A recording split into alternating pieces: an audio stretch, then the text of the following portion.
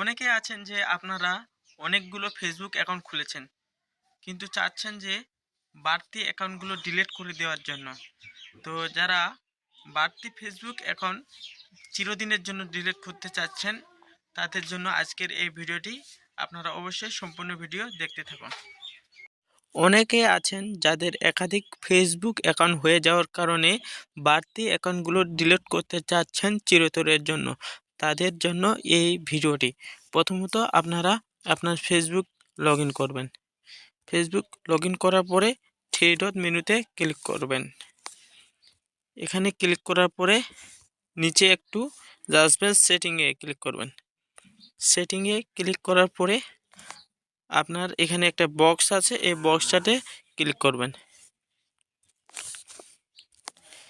এখানে ক্লিক করার পরে পাসওয়ার্ড অ্যান্ড সিকিউরিটি উপরে পার্সোনাল ডিটেলস এখানে ক্লিক করবেন।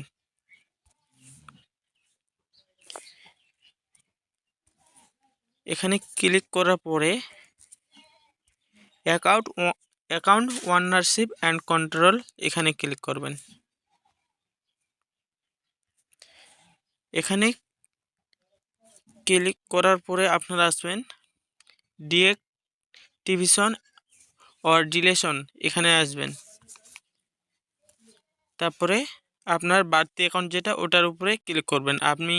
আমি স্বপ্নের রাজকন্যা এই অ্যাকাউন্টটি চিরতরের জন্য ডিলিট করতে চাচ্ছি। তো আপনারা যে অ্যাকাউন্টটা ডিলিট করতে চাবেন ওটার উপরে ক্লিক করবেন। ক্লিক করার পরে আপনারা এখানে টিক মার্ক দিয়ে দিবেন ডিলিট অ্যাকাউন্ট। এই ডিলিট অ্যাকাউন্ট এখানে টিক মার্ক দিয়ে দিবেন। টিক মার্ক দিয়ে কন্টিনিউ করবেন। কন্টিনিউ করার পরে আবার কন্টিনিউ করবেন।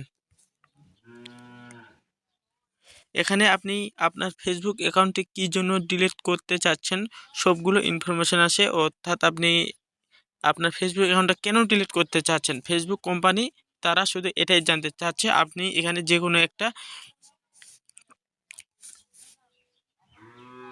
কোনো একটা টিকমার্ক করে দিবেন। টিকমার্ক করে দিয়ে কন্টিনিউয়ে ক্লিক করবেন। আবার কন্টিনিউকে ক্লিক করবেন। করার পরে একটু স্ক্রল করে নিচে চলে আসবেন।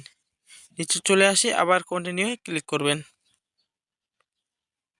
তারপরে আপনার ফেসবুক অ্যাকাউন্টের পাসওয়ার্ডটা চাইবে। আপনি যে অ্যাকাউন্টটা ডিলিট করতে চাচ্ছেন ওই অ্যাকাউন্টের পাসওয়ার্ডটা এখানে বসিয়ে দিবেন।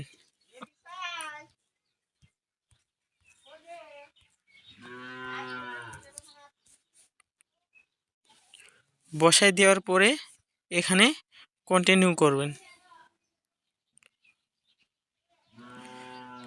ডিলিট অ্যাকাউন্ট এখানে ক্লিক করবেন। এখানে ক্লিক করলে আপনার অ্যাকাউন্টটি চিরদিনের জন্য বন্ধ হয়ে যাবে বা ডিলিট হয়ে যাবে। তবে একটা কথা মনে রাখবেন, এই অ্যাকাউন্টটি 30 দিন বা 1 মাস আপনি এই অ্যাকাউন্টে আর ঢুকবেন না বা লগ ইন করবেন না। যদি 1 মাসের মধ্যে আবার আপনি কোনো বেলা ঢুকেন বা লগ ইন করেন তাহলে অ্যাকাউন্টে আবার ব্যাক চলে আসবে। আপনি যদি 1 মাস লগ ইন না করেন তাহলে এমনিতেই আপনার অ্যাকাউন্টটা 30 দিনের জন্য ডিলিট হয়ে যাবে।